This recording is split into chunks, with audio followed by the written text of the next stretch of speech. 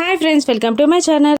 JD ఆ మార్చురీలో చూసిన Yuvraj fake body ఎవరిది అని ఎంక్వైరీ చేపిస్తూ ఉంటుంది. ఇక కిరణ్ ప్రియ జేడి చెప్పిన విధంగా ఆ బాడీ ఎవరనేది ఎంక్వైరీ చేసి ఆ బాడీ ఎవరిదో చెప్తూ ఉంటారు. ఇక ఆ ప్రియ ఇలా ఎక్స్ప్లెయిన్ చేస్తూ ఉంటుంది. మేడం, ఇతని పేరు మల్లేష్ మేడం.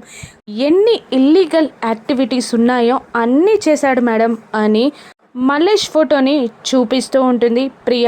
ఇక ఒకసారి జూమ్ చేయి అని జేడి అంటుండగా ఇక ఆ ఫోటోని జూమ్ చేస్తూ ఉంటుంది ప్రియ. ఇక ఆ మల్లేష్ బాడీ పైన యాదమ్మ అనే టాటూ కనబడుతుంది జేడీకి. ఇక ఆ రోజు మార్చురీలో జేడీ బాడీ చూసినప్పుడు ఆ బాడీ పైన కూడా యాదమ్మ అన్న టాటూ ఉంటుంది. ఇక కన్ఫర్మ్ క్లూ దొరికింది, చనిపోయింది యువరాజ్ కాదు మల్లేషే.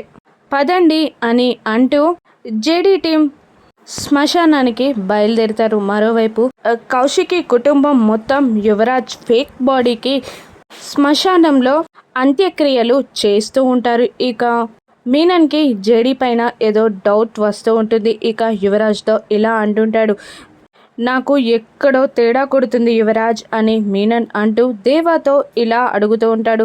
ఆ మల్లేష్ వాళ్ళ అమ్మ యాదమ్మని చంపేయమని చెప్పాను, చంపేశారా అని మీనన్ దేవాని అడుగుతుండగా, పాపం ముసల్ది బాయ్, తను మనకి ఏమీ అడ్డు రాదు అని దేవా మీనన్కి నచ్చజెప్తూ ఉండగా ఇక మీనన్ ఇలా అంటుంటాడు, నా గెస్ ప్రకారం జేడీ ఆ యాదమ్మని తీసుకొని శ్మశానానికి బయలుదేరి ఉంటుంది. ఆల్రెడీ మనం ఎలాగైనా జేడీ శ్మశానానికి వెళ్లకుండా ఆపాలి అని మీనన్ అంటూ ఉంటాడు. మీనన్ అన్నట్టుగానే యాదమ్మని తీసుకొని జేడీ శ్మశానానికి బయలుదేరుతుంది. ఇక తన రౌడీలతో పాటు జేడీ శ్మశానానికి వస్తూ ఉండగా తన కార్ని ఆపుతాడు మీనన్ మనుషులు. ఇక మీనన్ కిందికి దిగుతాడు.